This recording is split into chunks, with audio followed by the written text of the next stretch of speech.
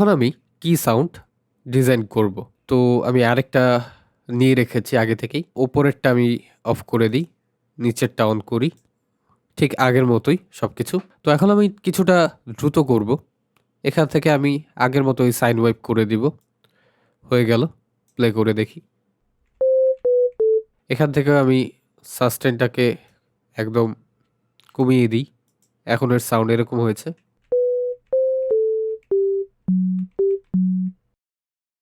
ওকে, এখন আমি ফিল্টার দিই। এখন এর সাউন্ড এরকম হয়েছে। এখন আমি সাব অ্যাড করি।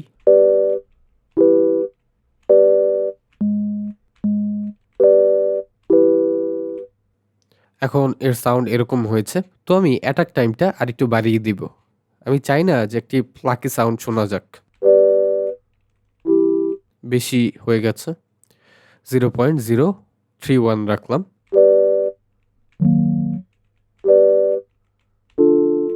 এখন আমি এখান থেকে ফিল্টারটা চেঞ্জ করব। অন্য আরেকটি দিলাম।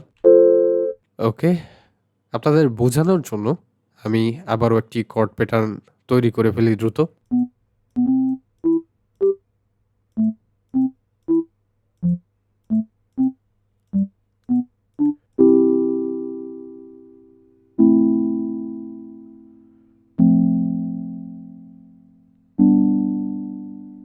ওকে, এখন আমি আমার প্রয়োজন মতো কিছু জিনিস চেঞ্জ করব। সেগুলো আপনারা দেখেই বুঝে নিতে পারবেন। প্লে করব, তার সাথে সাথে চেঞ্জ করব।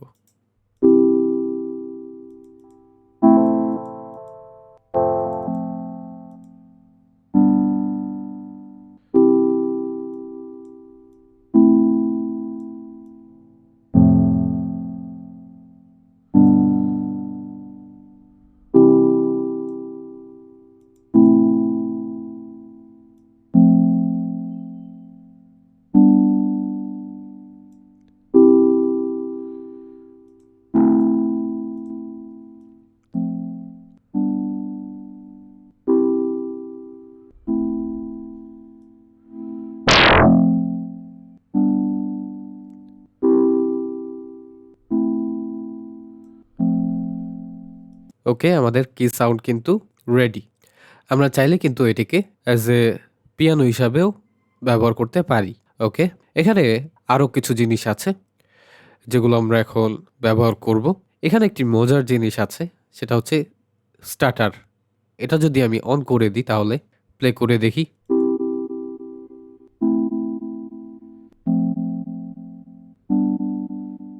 এখানে কিন্তু আমরা স্টার্টার ইফেক্ট শুনতে পারছি। এখানে দেওয়া আছে 1/8, অর্থাৎ প্রতিবারে 8 বার করে এরকম হবে। তো যদি আমি এটাকে কমিয়ে দিই আরও, মাউস দিয়ে ক্লিক করে যদি স্ক্রল করি তাহলেই হবে। 1/4 দিলাম, অর্থাৎ একটা বারে 4 বার হবে।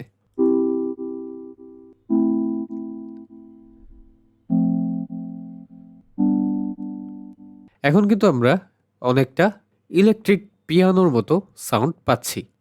এখানে আরেকটা জিনিসও আছে, যেমন সফটনেস। এটা যদি আমি ফুল করে দিই তাহলে যে স্টার্টার ইফেক্টটা হচ্ছিল সেটা শুনে দেখবেন যে একদম স্মুথলি হচ্ছে।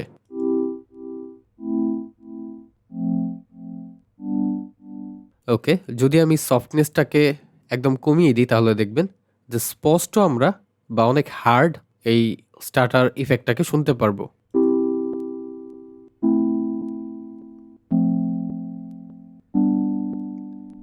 ওকে, আমি আপাতত স্টার্টার ইফেক্টটাকে অফ করে দিচ্ছি। তো এখানে আরও একটি জিনিস আছে, সেটি হচ্ছে আরপিজিয়েটর।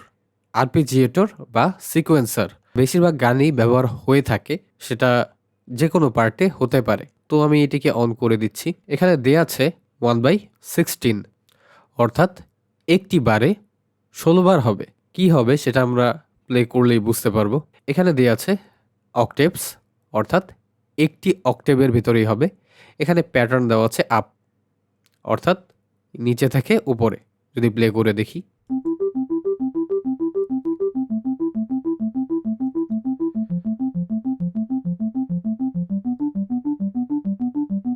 এই আরপিজিয়েটরটা কিন্তু আমরা যেই কর্ড প্যাটার্ন বা কর্ড প্রোগ্রেশন বানিয়েছি সেগুলোর নোটকে ব্যবহার করেই কিন্তু হচ্ছে। তো আমি যদি এটিকে আরও কমিয়ে দিই, যেমন 1/8 করে দিই,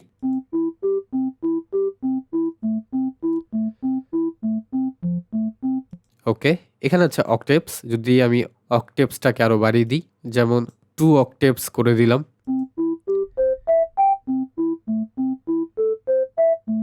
তো আরো উপরের অক্টেভ ব্যবহার করছে।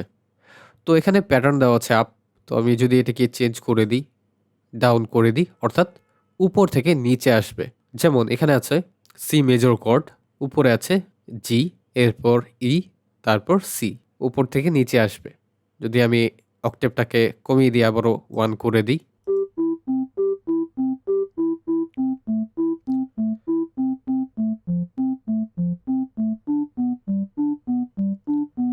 অর্থাৎ জি থেকে সি পর্যন্ত আসছে।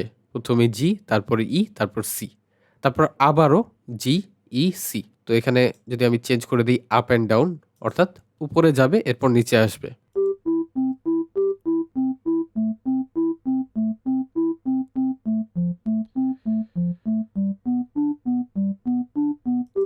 এরপর এখানে আছে র্যান্ডম আছে।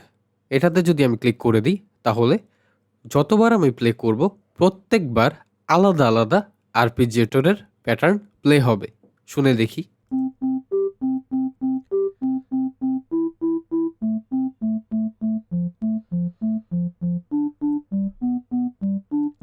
আবারও প্লে করি।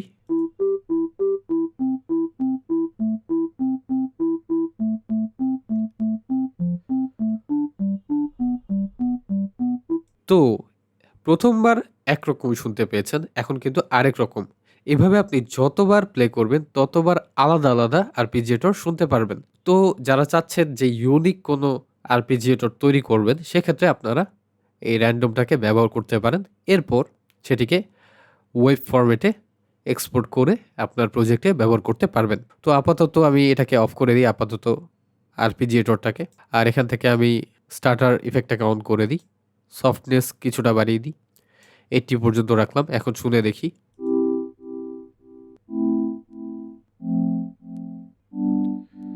আমি চাচ্ছি যে ডিকে টাইমটা আরেকটু বড় করে দিই, যাতে একটু লম্বা সময় পর্যন্ত থাকে সাউন্ডটা।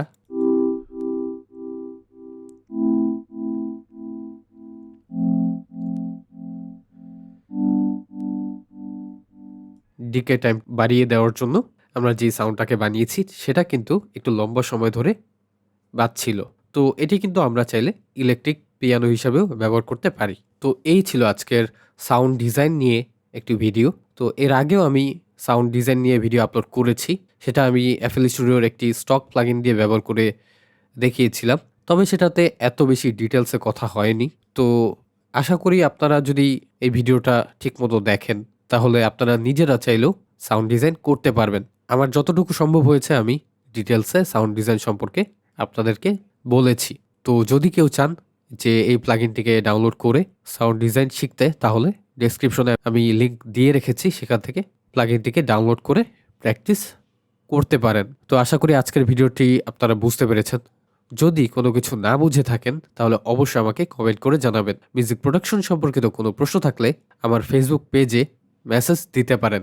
আর আমার চ্যানেলটি যদি এখনও সাবস্ক্রাইব করে না থাকেন, তাহলে এখনই সাবস্ক্রাইব করে ফেলুন। দেখা হচ্ছে পরবর্তী কোনো ভিডিওতে। সবাই ভালো থাকবেন।